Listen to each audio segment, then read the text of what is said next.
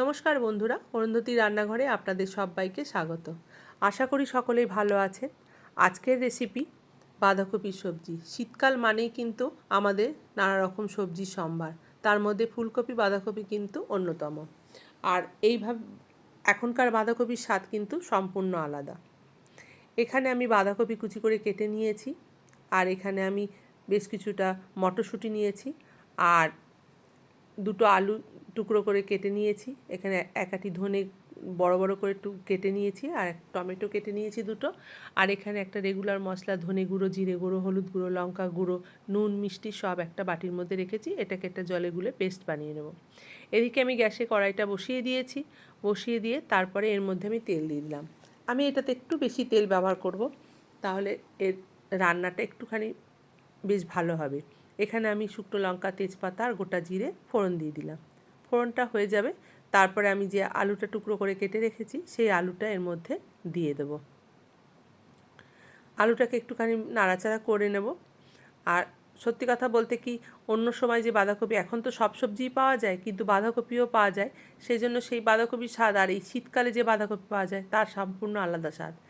আর রান্না করতেও কিন্তু বেশ ভালো লাগে।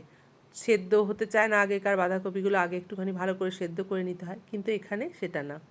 আমি কথা বলতে বলতে ধনেপাতা, আলুটা ভাজা হয়ে গেলে ধনেপাতা, টমেটো আর মশলাটাও দিয়ে দিলাম। ভালো করে এটাকে আমি এবার কষিয়ে নেব।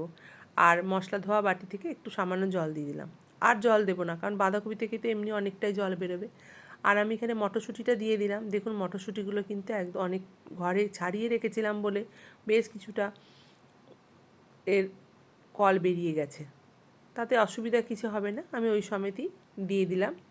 মশলাটা কষানো হয়ে গেছে, এবার আমি বাঁধাকপিটা দেব।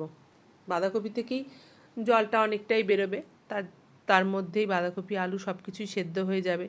আর এদিকে আমি বাঁধাকপিটা কড়াইয়ে ধরানোই এখন অসুবিধা, কিন্তু একটু পরেই তখন জল বেরিয়ে গেলে পরে বাঁধাকপিটা একদম কমে আসবে, তখন আর অসুবিধা হবে না। এখন আপাতত এটাকে দিয়ে একটুখানি গ্যাসটা কমিয়ে রেখে আমি একটু অপেক্ষা করব।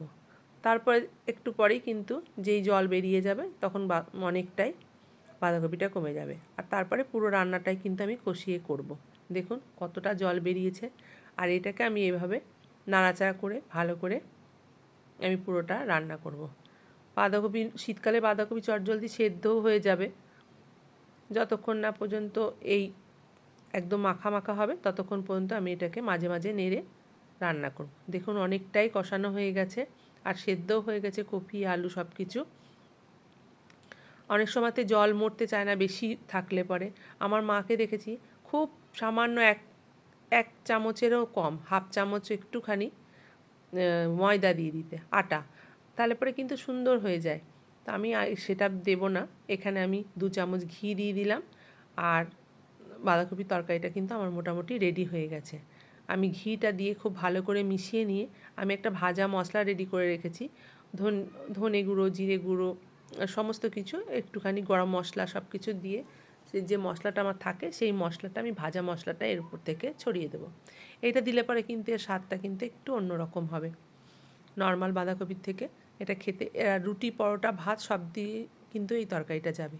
এইভাবে কিন্তু আমি বাঁধাকপি তরকারিটা রান্না করলাম। এবার আমি এটা বাটিতে সার্ভ করে আপনাদের দেখাচ্ছি। আমার ভিডিওটা যদি আপনাদের ভালো লেগে থাকে তাহলে অবশ্যই একটা লাইক, কমেন্ট, শেয়ার এবং চ্যানেলটিকে সাবস্ক্রাইব করে দেবেন।